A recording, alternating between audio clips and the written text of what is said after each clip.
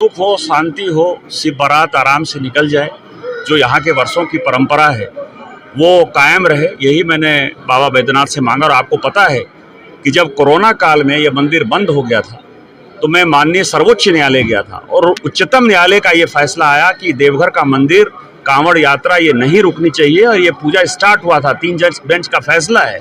तो जब मैं सर्वोच्च न्यायालय जा सकता हूँ, सर्वोच्चतम न्यायालय जो है इसका फैसला कर सकते हैं। ये बाबा की नगरी है, यहाँ किसी का अहंकार नहीं चलता है।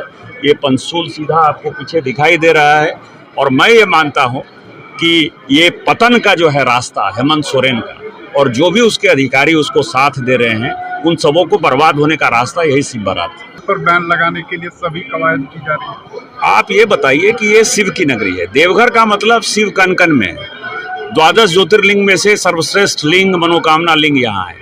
शिव बारात यहाँ हजारों वर्ष से निकलती रही है और यदि शिव की नगरी में शिव बारात नहीं निकलेगा तो क्या मक्का मदीना और वेटिकन में निकलेगा? ये आप उसकी मानसिकता समझ सकते हैं कि शिव के नगरी में शिव का बारात निकलने के लिए कभी 144, कभी नोटिफिकेशन, कभी मजिस्ट्रेट की ड्यूटी।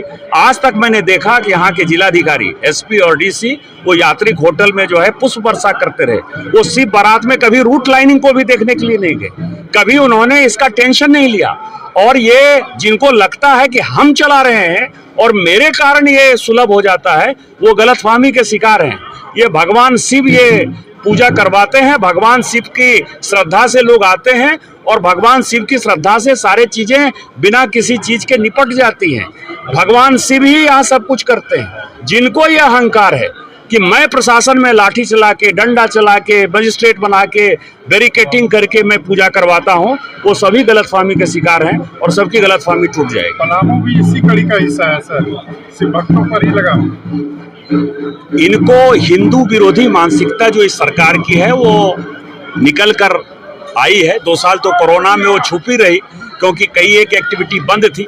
अब कोरोना के बाद जब एक्टिविटी खुली है तो ये सरकार किस तरह से मानसिकता में है, बांग्लादेशी घुसपैठियों के समर्थन में ये सरकार कैसे है और 32 के खतियान में ये बांग्लादेशी घुसपैठियों को कैसे नागरिक बनाना चाहती है संथाल परगना में, क्योंकि आदिवासियों का पॉपुलेशन घट रहा है। आदिवासी महिलाएं जो है वो उनको जबरदस्ती शादी हो रहा है, उनके जो बच्चे हो रहे हैं वो मुसलमान हो रहे हैं। और संथाल परगना टेनेंसी एक्ट में यदि आदिवासी का जमीन है तो आदिवासी को नहीं मिल सकता, तो उनके बच्चों के नाम पर वो मुसलमानों को कैसे जा रहा है।